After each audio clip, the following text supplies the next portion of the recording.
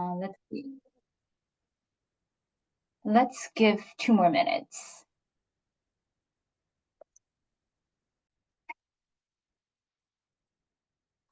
Thanks, Nina, for recording this. Good evening, everybody, and welcome to our CAPA-NOVA's event tonight. For those of you who do not know, CAPA-NOVA stands for Chinese American Parent Association of Northern Virginia.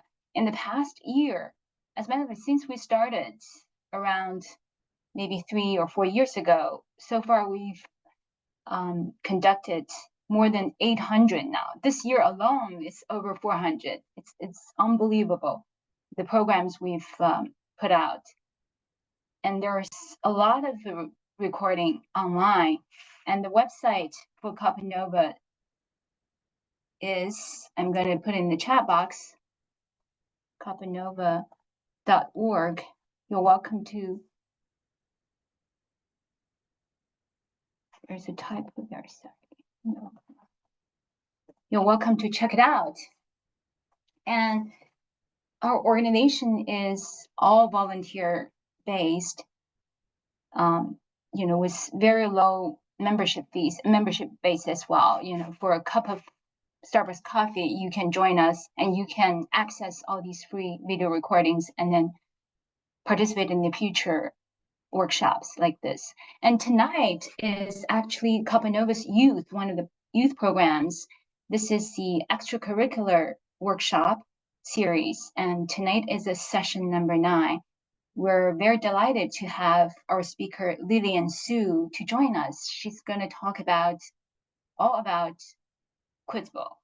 Lillian started this activity, joining the Quiz Bowl when she was a 4th grader, and she's been very seasoned Quiz Bowl participant so far. And she was a co-captain at Basis Independent School for her middle school team. Now, currently, she's at Langley, and she continues her journey in Quiz Bowl area. And she has accumulated a lot of experience. In addition to Quiz Bowl, she also loves art. She loves all sorts of media art, and then she has won many awards, including Scholastic Gold Key. And she also participates in Science Olympiad and has been placed first in many events. On the side, she also joins the Langley's band and marching band as percussionist.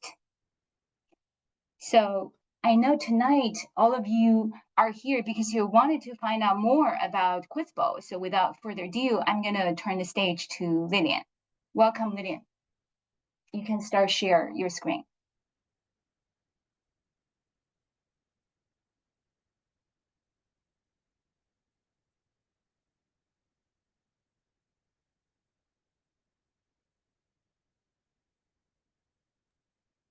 Okay, thanks so much. Today my presentation is going to be about Quiz Bowl, and let's get started. So first I want to see if I can play a short clip here. This is a clip that I found of a national Quiz Bowl for middle school. This is like one of their championship games, just to show a little bit about how it looks like. And you don't have to understand it for now, but we can just watch one question.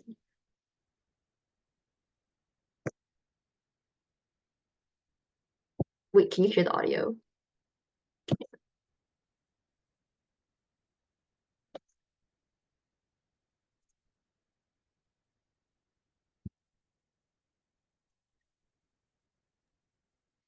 Okay. This should work now, right? Toss up 9. This state's Stony Man Mountain is a landmark on Skyline Drive, which starts in its city of Front Royal. Hawksbill Mountain is the highest point in this state's Shenandoah National Park. West Virginia. -5. For 10 points, name this mid-Atlantic state whose cities include Newport News and Charlottesville. Virginia. That's 10. Your bonus for 10 points each. Name these methods of joining materials together. Circuits are often made using this technique that uses heat and a metal alloy to fuse objects together. It's contrasted with welding and brazing. Soldering. Yes, cellophane is often used as a base for this adhesive material that has masking and scotch types. Yeah. Tape. Yes, this generic term describes substances such as cyanoacrylates that quickly cure or polymerize to form strong bonds between objects. Glue. Yes, for 30. Toss up 9. Okay, so that was one clip, and yeah. And now more about Quiz Bowl. So what is Quiz Bowl exactly? Quiz Bowl is a competitive team-based academic quiz game that tests players' knowledge in a variety of subjects, including history, literature, science, fine arts, social sciences, and more. And who can play Quiz Bowl? So anybody can play Quiz Bowl regardless of their grade level or their knowledge base. And anybody who wants to play can start by joining their school's Quiz Bowl club to learn more about how to join the team and compete in tournaments. And if your school does not have a Quiz Bowl club, you can look into starting one if you are passionate about it. Alternatively, there are also some websites that you can use online to either practice or play Quiz Bowl online. It's like kind of reads the questions to you, and I can link those if anyone wants them. And the different levels of Quiz Bowl. So Quiz Bowl is played at many different levels. It's played in middle school, high school, and collegiate, so just like college. And there are many organizations that sponsor Quiz Bowl events and tournaments, create question packets, and host national tournaments like the one we watched a clip of. And some of these common organizations, if you want to get into Quiz Bowl, that you'll probably see are PACE, ACF, IQBT, and NAQT. And NAQT is the most common like tournament hoster in, I think, our region at least. And some benefits of playing Quiz Bowl. So Quiz Bowl allows players to test their knowledge under pressure. And anybody who plays Quiz Bowl will definitely learn and discover lots of interesting facts and subjects. And most importantly, players are able to learn to work together with a team since Quiz Bowl is entirely team-based. And it is an opportunity for students to interact with others who have the same interests, learn to collaborate and work as a team, have fun, enrich their middle or high school experience, and make great memories. And this is a brief introduction of how to play. In Quiz Bowl, there are typically 2 teams competing against each other in a game. And Quiz Bowl uses a buzzer system to allow players to buzz in order to answer questions. So you can see on the right here, this is like an example of the buzzer system. There are 2, like, there's a box and there's a row of red lights and a row of green lights. And this red light would be one team and this row of green lights would be another team. And each player will get this one buzzer, and when they know the answer, they will like buzz, and then the light will flash, and then that means you like buzzed in. And answering questions will give your team points. And how this works is at the end of the game, whichever team has the most points will win the game. So the goal is to accumulate the most points possible. And each player will get one buzzer, which will light up and make a noise when pressed. A moderator will read the question out loud and reset the buzzer after every question. So you could, if you remember in that clip, there was someone on the side reading the question. So that's what the moderator does. And there are 2 types of questions in Quiz Bowl. There are toss-ups and bonus questions. And so this is a lot of information, but for the basics, toss-ups are the first type of question in Quiz Bowl. And it is usually made up of 4 to 5 sentences that are filled with clues or like information. And during these questions, the players will be using the buzzer systems that I showed in the previous slide to answer the questions. And one crucial part of this question is that players cannot talk with their fellow team members during these questions. Although it is a team like based game, for these questions, you would want to answer them individually. And players may buzz in and answer whenever they know the answer. And it is advised to buzz in when you are relatively confident with your answer, since the other team may answer the question first. So it's not like both teams can answer if they know it. Only one team will be able to answer the question. So whichever team correctly answers, whoever answers correctly first blocks the other team from answering the question. And so the clues in this type of question, the toss-up, start off with very challenging, and their difficulty slowly decreases as more of the question is read. So let's take a look at some sample toss-ups. So this is one sample toss-up right here, number 14. And as you can see, it is kind of a long question. There's around like 3 to 4 sentences in this question. And we can like analyze it together. So first, like I said, there's going to be a lot of clues. So you want to make sure you're always listening. Let's see here. Like I would say this one, I can circle all of these clues. I'd say these are all like things that they want people to listen to. And an important part of the question for this toss-up questions is you need to make sure that you know what the question is asking for. So for example, in Quizbowl, it will always say like this something. So if you hear this at a tournament, it says this city, then you'll always know that you need to be looking for a city, and they will make mentions to it. So if you forget, it's not the end of the world, since they'll tell you a lot in the question. Like the questions are pretty repetitive. Like right here, you can see they say this city in almost every single sentence. And like I said, the questions clues, like so basically all the information that you're supposed to be using to answer the question, they'll be starting off very complicated, and then they'll end up pretty easy. So for example, unless you're like very familiar with Boston, I don't think you would be able to get like Boston, the city is Boston, from the city's Muddy River, or like it has Olmsted Park or Emerald Necklace. But if you kind of go a little bit, if you skip a little bit, maybe if you are familiar with MLB, you'll know that the team plays in a park that holds the Green Monster, or maybe you'll know what Fenway Park is.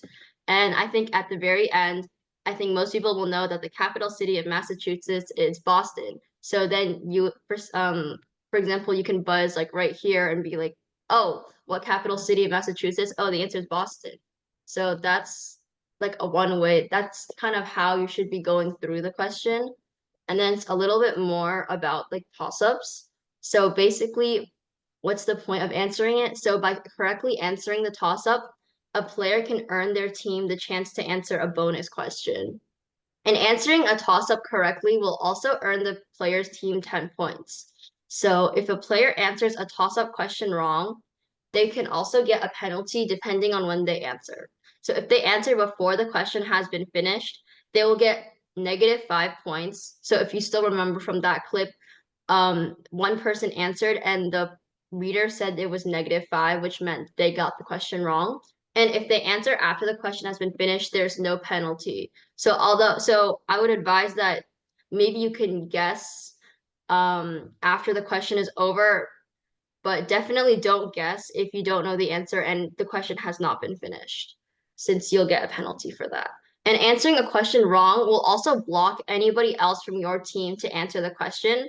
However, the other team can still answer. So you want to make sure you're pretty confident and that you don't think anybody else on your team will know the answer as well. And there are also points awarded for answering the question early on, and this will be called a power. And by answering a question correctly before a certain point, a player is given 5 extra points for their team. So that's what a power is. So we can look at this question again. We'll look at the second one. This question is about like coronavirus, and you can see that these bolded text in the front would be called the power, since it's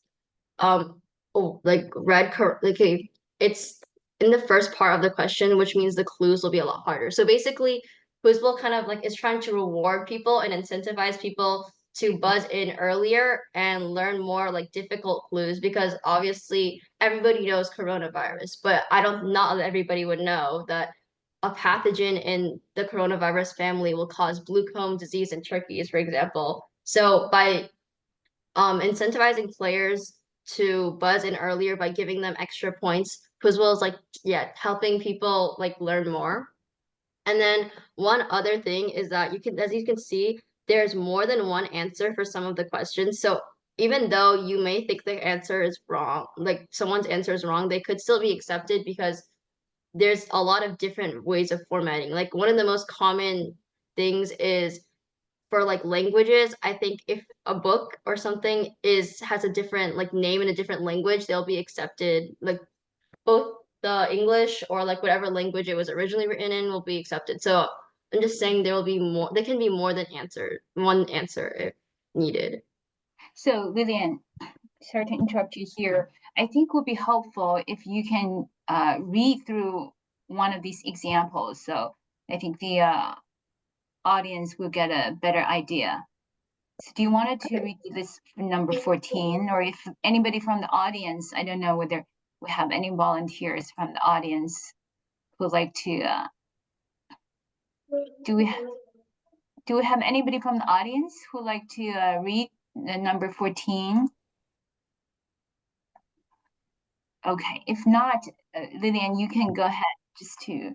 Okay. So that, So let's start here. So toss-up 14. This city's muddy river runs through Olmsted Park, a part of the city's Emerald Necklace. A siege of this city is commemorated with its Dorchester Heights Memorial.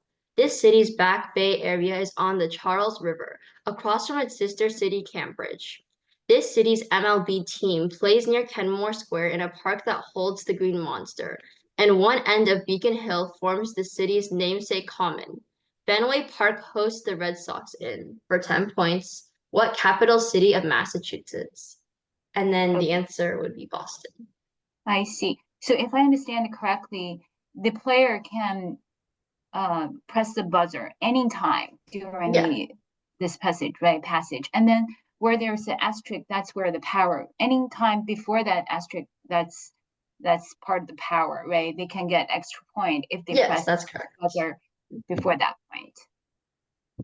And then typically they'll put like an asterisk, they'll put like they'll end the power right before like an important clue. So like for example, this one, like I think some people know about the MERS and SARS and how it's related. So like I think they would put a power right before that. So they kind of reward you for knowing like less common topics or knowledge.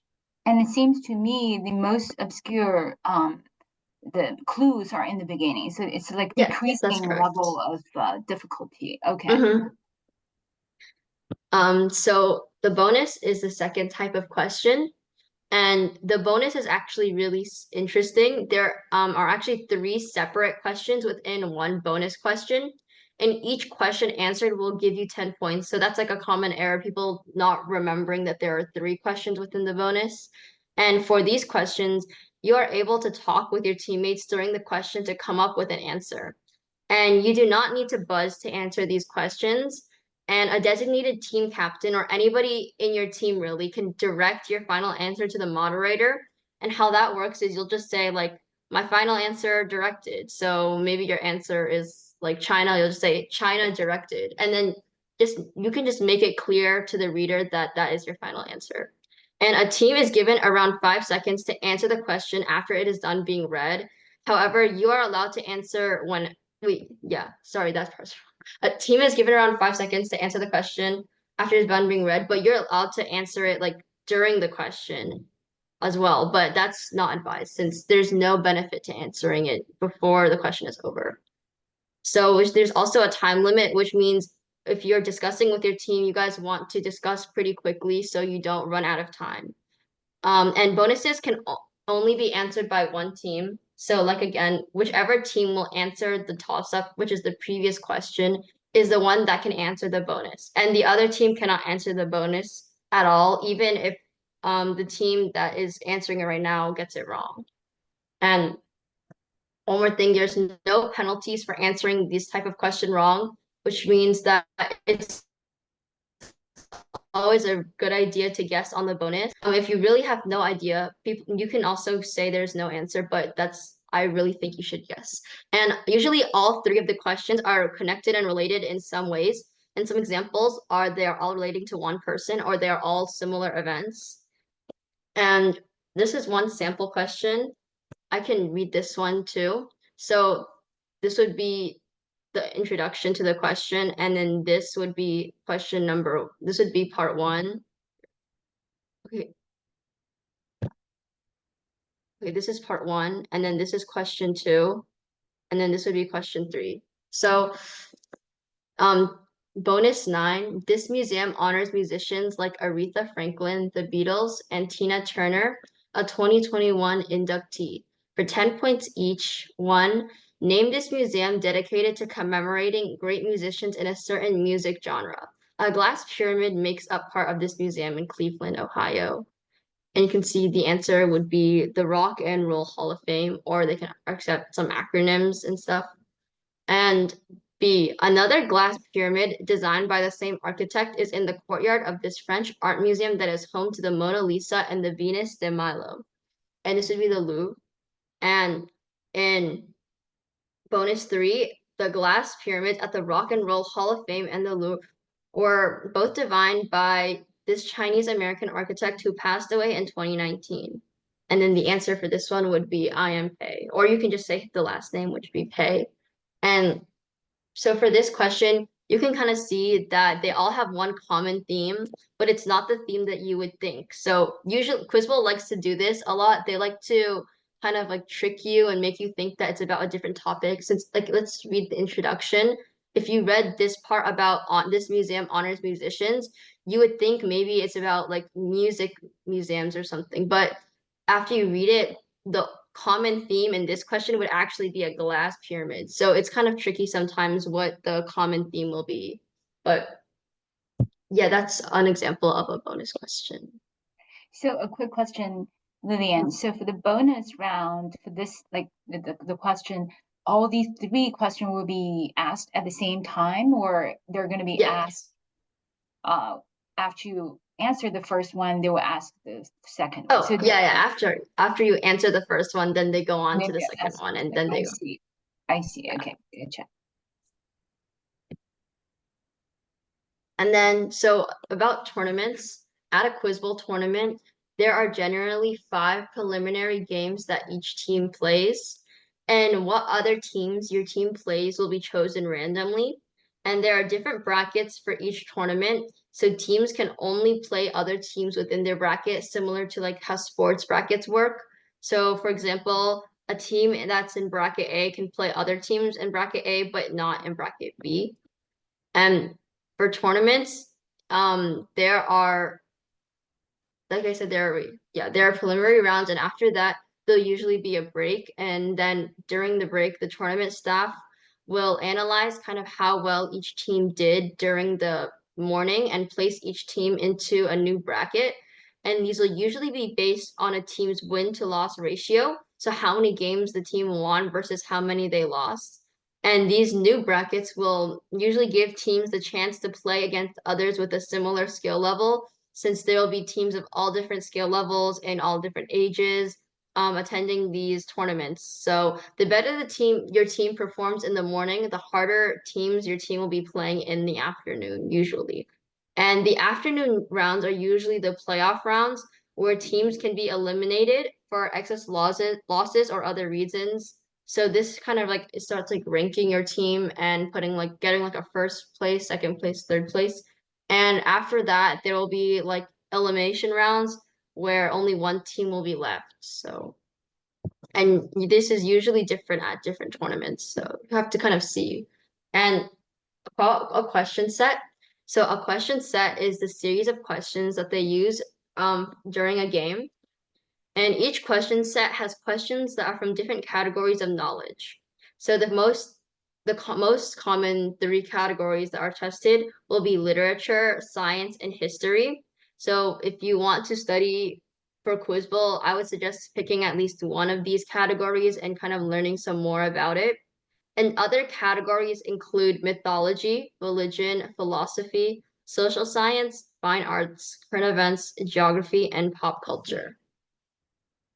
And so for the team structure, there's a maximum of 6 players allowed on one team, and there's no minimum amount of players. So you can technically play at like individually or with 2 people, but the more players, obviously, the better, because then more people will know more knowledge. And for each round, only 4 players can play on the team at a time. So although you can bring 6 players on your team, only 4 will be able to play.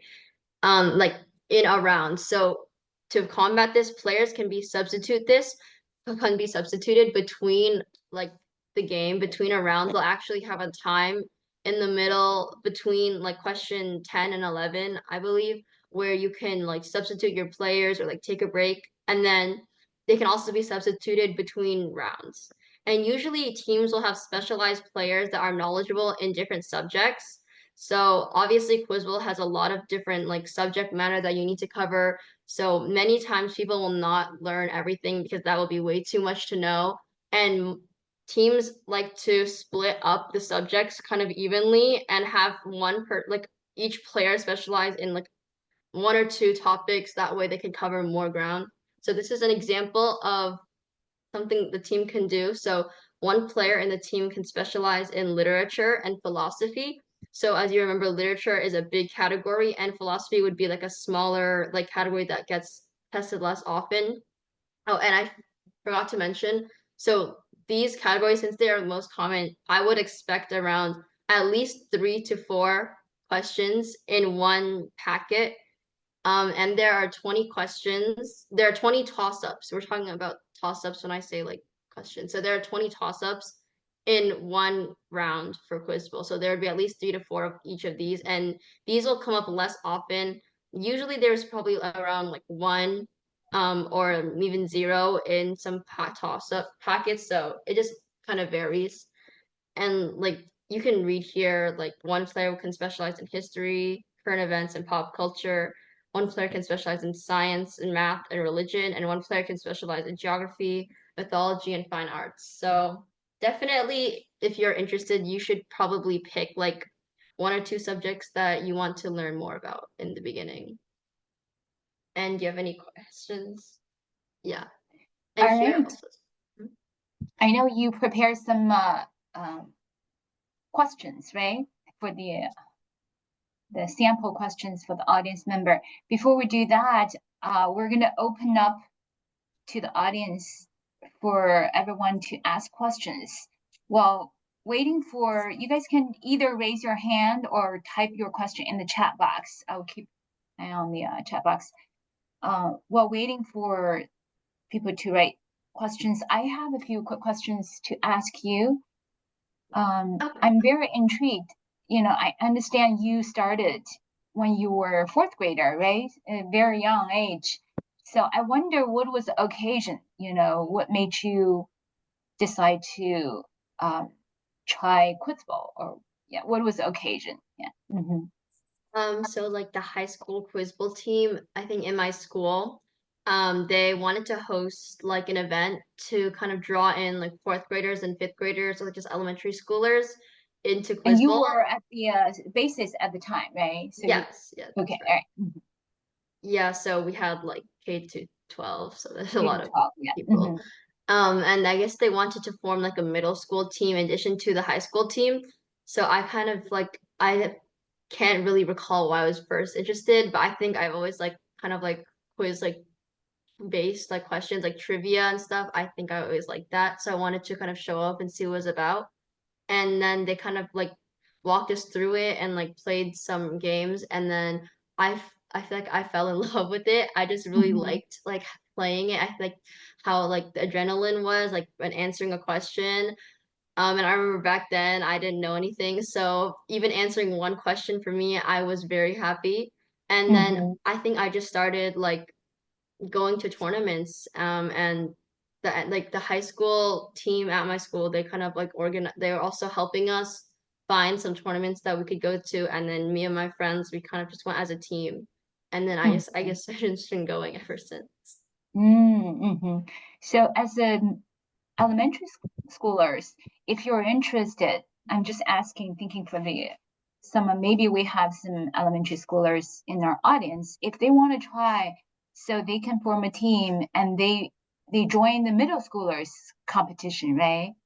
Yeah, because there's no elementary school, but Right. that's not bar. Yeah.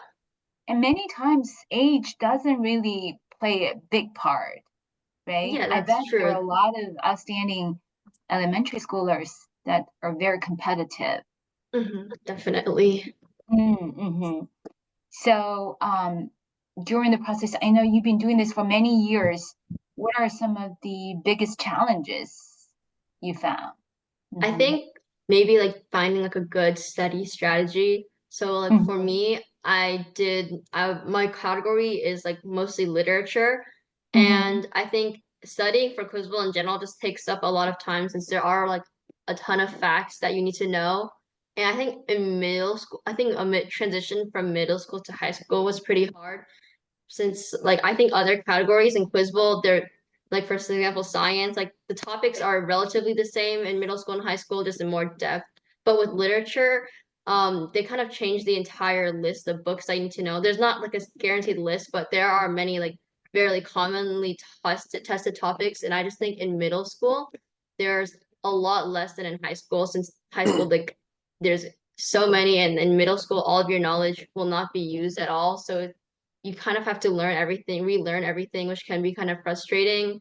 And also like there's not a definite, and if like for literature, um obviously you can probably read all of the books, but that will take like super long. You'll definitely not finish and not remember. So it is a little hard just to like know how to be studying for a quiz bowl.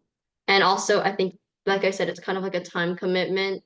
Like the tournaments are like all day, and you kind of need to invest some time to study if you want to be getting good at it. Mm-hmm.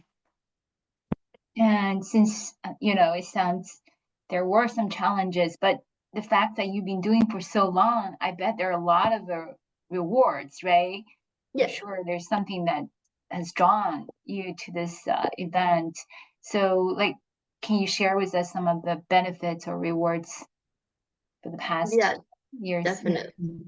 Mhm. So like one of my favorite benefits is like we kind of like get to know your team, and you can actually spend like a lot of time together and grow closer. So like for Mhm. example, my middle school team, like for all tournaments, we would usually like carpool and go to tournaments, and they're all day. So you'll be spending like the entire day and then getting lunch and then coming back with your team, which will obviously like it's pretty fun, I think. And then so for us, there's also some travel tournaments. I think that's more common in high school though. But for us, since we went to like nationals, I think it was in Chicago. So we spent like Mhm. around 3 to 4 days. And we missed some of school, and then we kind of went to Mhm. Chicago and competed. But after that, we also like explored Chicago, the city, as a team. So I think you'll get really close with your team. And I still talk to like all of my teammates after, even though we've all gone to different schools. So I think Wow. one of the Mhm. favorite parts is just like connecting with people. And you also Yeah. connect with people from different schools, since you'll be playing like a lot of different schools at Right. tournaments. Right. Yeah, I can imagine. Yeah, it sounds like such fun experience. And then a lot of team bonding as well. Yeah. I mean, I bet because there are so many different areas, like you said, literature, history, science, you must be so knowledgeable, right? And then so informative in many different ways. Do you feel like that benefit like your schoolwork or your Yeah, definitely. I think like even like listening to some of the questions will benefit, since like they're kind of like I said, quiz bowls are very repetitive, and they'll have like a lot of the same like knowledge every single tournament. So after time, if you've been to a lot, they'll kind of like build up and you'll remember it. And I've definitely like been in like history class, and then I mm-hmm, remember, oh, I've heard this on quiz bowl before. And it kind of like mm-hmm, gives me a little like help, and like I kind of already know like the context from quiz bowl. And like in literature, I mean in English especially, like a lot of the books that we read in class, like I'll have already like at least have like a basic knowledge and know like the plot and things, which I think will make it a little bit easier to go through the book. So I think yeah, quiz will definitely helps a lot in daily life. Maybe just like some like random. I think it can also go like opposite way, since mm-hmm, Quizlet it is all topics, like it's not always academic. So like even like the right. music I listen to, I remember I was playing a video game once, and then the video game actually showed up on a question, and then I got the question in the first sentence because I just like Mm-hmm, remember playing that game like personally. And the mm-hmm. other, like common one is like there's TV shows and there's like music, so a lot of pop culture. I think a Pop lot of culture, people yeah. will know. So Yeah, yeah. I bet it would be a very thrilling moment when you got that right. Yeah. And another thing I can think of is because you know a little bit about almost everything, right? I'm sure when you meet somebody, when you try to connect with people, you have a lot of things to talk about. I guess it's easy to even strike up a conversation, you know. So I see that Linda raised her hand. Linda, do you wanted to ask a question? You can Yeah, just sure. Thank you. Thanks, Lillian, for sharing your experience. I heard you mention you have a sounds like a for before you guys go to this contest, their scope like a kind of like a pool of questions that you know what to prepare, or it's like you have to or they give you a list of books saying like the question come from these books. Is there like a scope defined, or like no such a scope and you have to prepare go for yourself and search for possible books or like materials? Yeah, definitely. So they don't actually provide a scope, like you're right. Like they don't actually officially give you a list and say this is what we're going to test you on. I think more so like after playing it a lot, like or playing a lot of questions, hearing a lot of questions, like players will start to develop like a scope, like they'll know because it'll be tested every single time. And I think, yeah, the only way really to learn like more about what questions will be tested is kind of just doing a lot of questions. And luckily there are a lot of like Quiz Bowl databases with a bunch of questions that will be pretty similar to like official like tournament questions that you can use. That's what I use at least. It's very useful. I think I can link it. They actually have like categories and then you can select the category. You can select like random questions. You can even search up like a keyword and then it'll come up. So, and I think if you really want to know like more of like the scope, I'm pretty sure like this website NAQT will provide will provide like packets that you can buy or purchase, and it'll kind of like have like a bunch of common authors, and they also have some. If you go to the website, I think can I go to the website? yeah, Yeah. go ahead. Um, let me see if I can find yeah, they have a bunch of like practice materials. So this is what I'm talking about. These are the frequency lists that you can purchase, Mhm. like the list of topics that have come up most often in past questions. So obviously they are pretty expensive, and I personally, you do not need it to succeed. But if you are very interested in like what would come up, they have like some topics, but not all. But yeah, I think in general, at least for me, I think the best thing to do is just like keep practicing questions, and eventually like you will kind of learn like what questions they'd like to test you on. So the website you just showed us, Oh, did that include the questions for both high schoolers and middle schoolers? yeah, so this website actually has like college level Oh, questions, middle school, high school. middle So this one school. has Oh, just okay. like this is like a very big name in Quiz Bowl. So Mm-hmm. it has Mm-hmm. a bunch of things you can like look Yeah, at. I see That's that good. Will, in the chat box has another question, which is kind of similar to what Linda asked. How do kids Yes, usually thank you. like literature questions seem so difficult for people who do not usually read a lot of fictions? And then Yeah, the main so okay, I can answer this. So I think there's a lot of different ways people prepare. Like I know people who, yeah, I think it also depends on your topic that you're wanting to prepare. I think know a lot of people for like geography and history. Like some people are very just passionate about that in general, and they'll be like watching YouTube videos a lot. They'll like read by themselves. For literature, I think that's also true since literature, you kind of just need to know the books. I think definitely you should at least have like an interest in the books. Like you can't do literature or like just like any topic in general if you like really aren't interested in the topic. Like you definitely need to have some interest to be able to like really study a lot since you'll be a lot of dedication. But at least for me, what I like to do is, for example, I can search it up right here, Quizzle. This is one of the databases I was talking about. It's very useful. And so they have like a database, for example, I can show how this works. So there's a lot of things like right here that you see, and this will be like searching it up. You can do like difficulties. So I can, for example, if I want to see like some literature, oh yeah, I can explain this for literature. I usually will like look at past questions and then kind of like write down some clues that a lot like are really common. So I can kind of take you through the process. I'll do middle school to regular high school. You can choose like if you want a toss up or a bonus. You can choose if you want, that's for if you're searching up a question. You can also choose like what categories you want. So for example, I can choose like literature.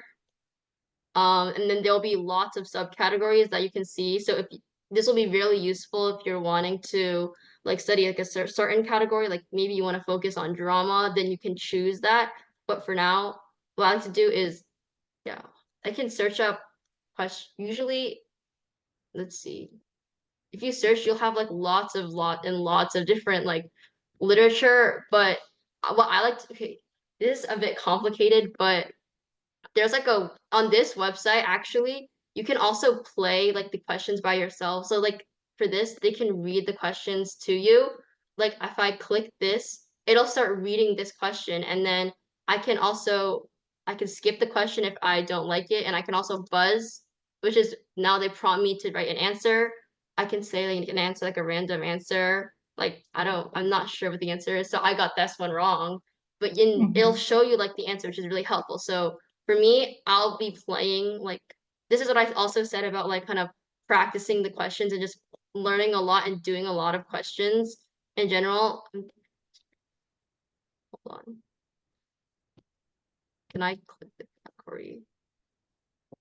I think let me relog this.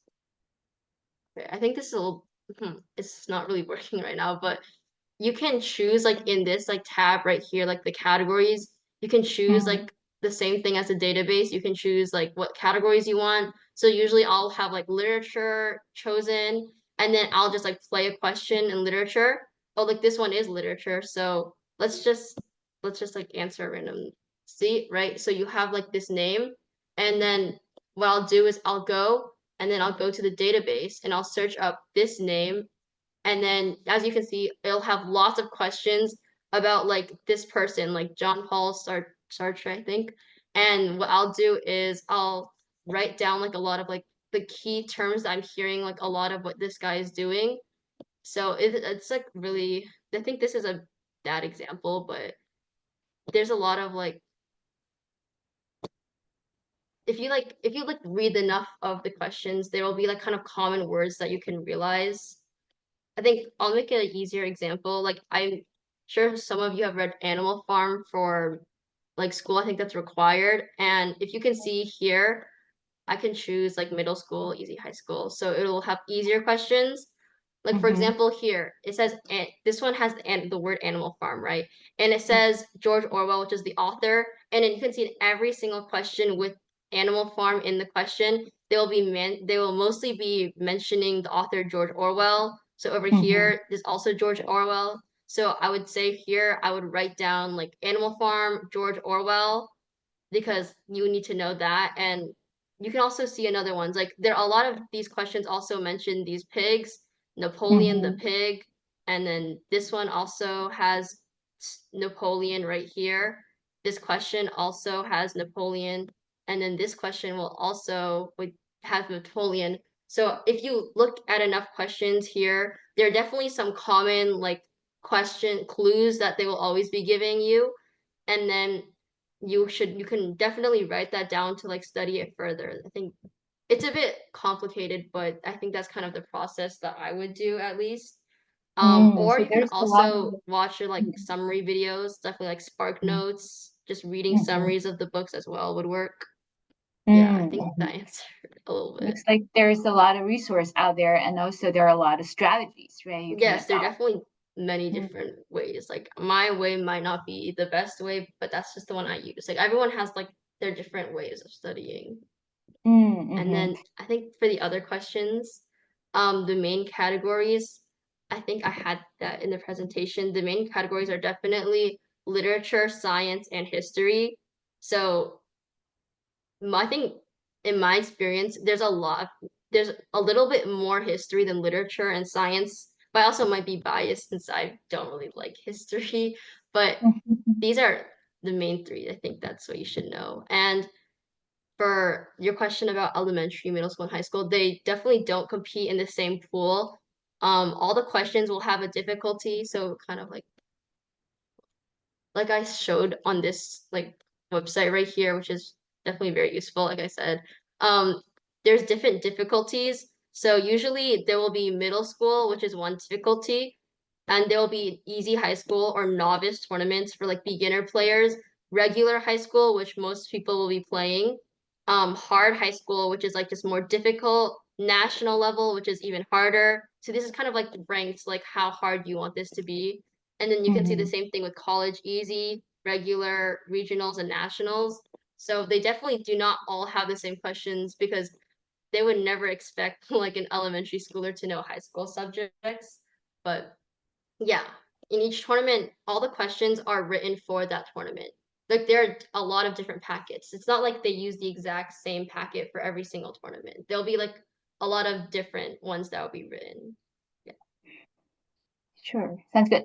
So another question I thought of is, what is the parents' involvement level? I would assume when the kids are younger, right, maybe parents need to help up more, right, as coach, or if the students are older, they're more probably on their own. Yeah, I mean, the parents' commitment level will definitely depend on the parents. Like you definitely, if your kid wants to do quiz bowl, you definitely don't need to commit anything. Like you should probably drive them to tournaments or carpool or at least have like some interaction with like the other parents and like the coach maybe for your school. But I think it depends on how engaged the parent is. Like I think for my dad at least, I think he was also interested in Quiz Bowl. So he would like kind of coach us and then sign us up for these tournaments. But in some schools, they will also have like a coach for elementary school and middle school. So I don't think the parents will need to worry about like signing up for the tournaments themselves. Like maybe they need to. I mean, one thing is that Quiz Bowl will, I think usually they will like cost money to go to the tournaments, but I think you would have to work that out with like kind of your school because each school is different on how they handle everything.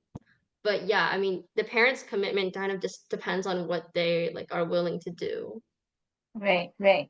So I'm trying to think if somebody in the audience, they're interested, so they can, first of all, in terms of how they can start doing it, they can first form a team, right? Find team and divvy up work, right? Like each person can be focusing on one area, and they can go to the websites you talk about, find the test questions to prepare, and then meet regularly and sign up for the tournament.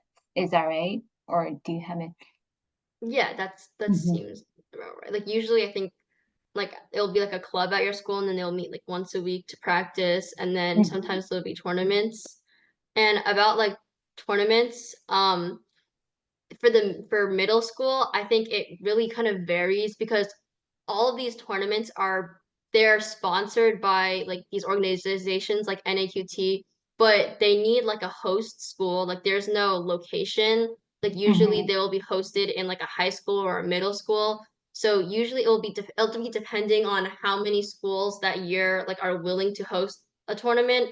I know for this region at least, there's always like some like annual tournaments that are hosted. Like one big one would be Burleigh Manor, which is in Maryland, and they will be hosting one every year. It's an annual tournament, but I think other schools they will do it sometimes, but I don't think there's a guarantee for how many tournaments. I think maybe like five. I believe in middle school I went to around like an average of 4 or 5 every year. And if you guys if you guys want to go to more tournaments, they also have like an online version. Like it's like usually sponsored by Texas Quiz Bowl tournaments. So it'll be in a different time zone. But for online, how it works is I think you can just do it virtually from your house and you'll just play like everything online. They'll read it online on Zoom or some other one.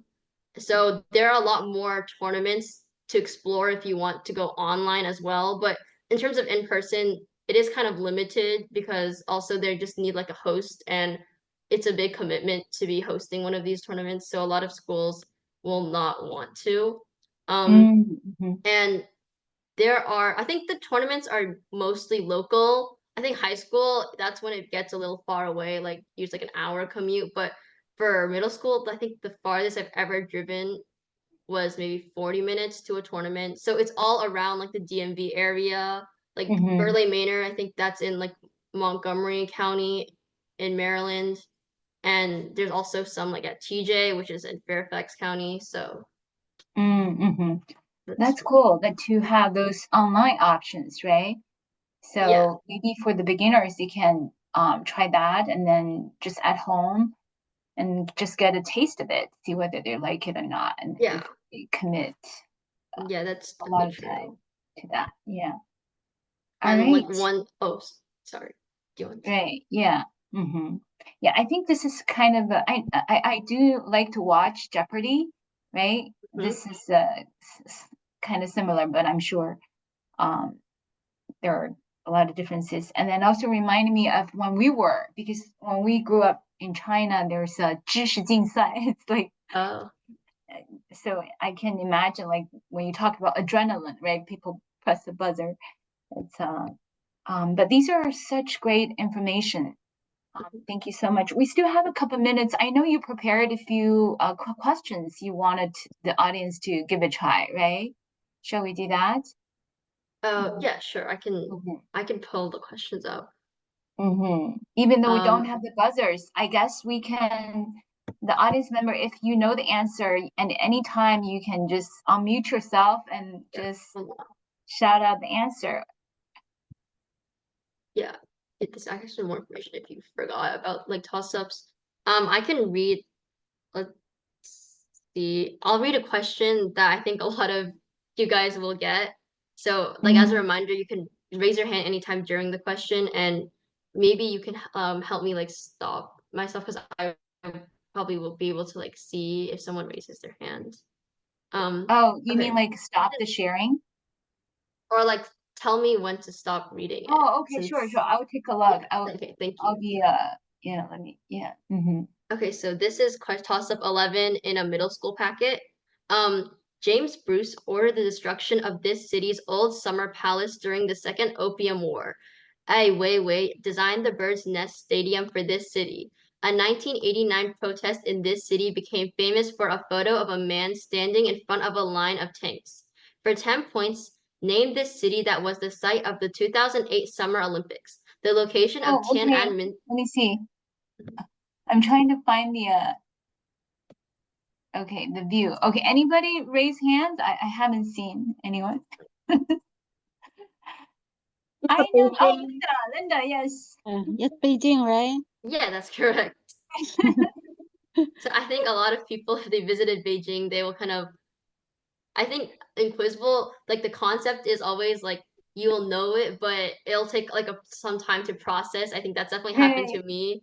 Like if we look at it more like further, I think a lot of people have visited like the Beijing Bird's Nest Stadium. I know I have, and Right. also like the Opium War. That's I don't like the I We don't learned that in recall our what it's history class. called in Chinese, but I remember. 鸦片战争, yeah. Yes, yeah. And then that Tiananmen, right, one guy standing in front of the tank. That. Mhm. Right. I can You have another one? Okay. find another question. I think this is okay, this is like more US, I think. So this is another question. This general ordered William Shippen to inoculate all troops against variola and used fog as a cover to evacuate his troops to Manhattan after the Battle of Brooklyn Heights. A force of Hessian mercenaries were routed by this man in a surprise attack after Christmas Day, 1776. For 10 points, name this commander-in-chief of the Continental Army and first president of the United States. Anybody? George Washington. Yay! Yes. Yes. That's correct. Should I read another question? Or maybe I can read like a bonus as well or do we have enough time or do you think? Yeah, we have 3 more minutes. Yeah, let's do a bonus one and we can wrap up. Okay, I can choose a bonus. Hey, this is a good bonus, I think.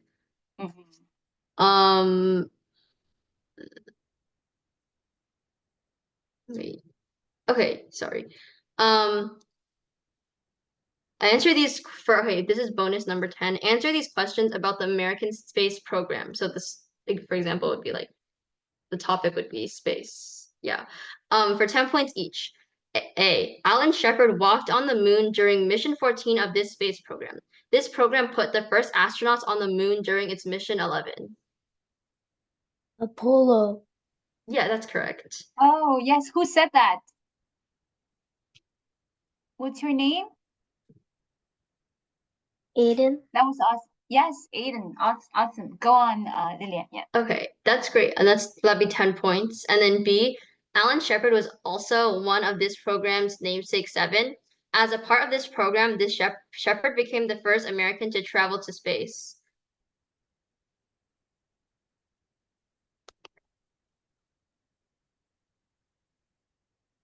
Anyone?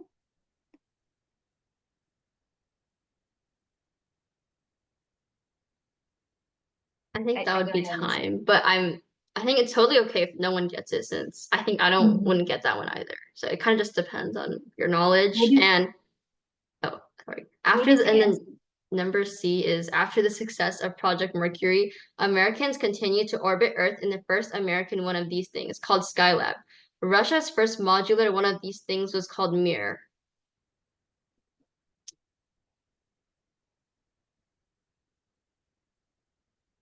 And then the answer would be space stations. I realized I didn't say the answer to the second one. The answer to the second question is the Mercury program, and then the answer to the third question would be space stations.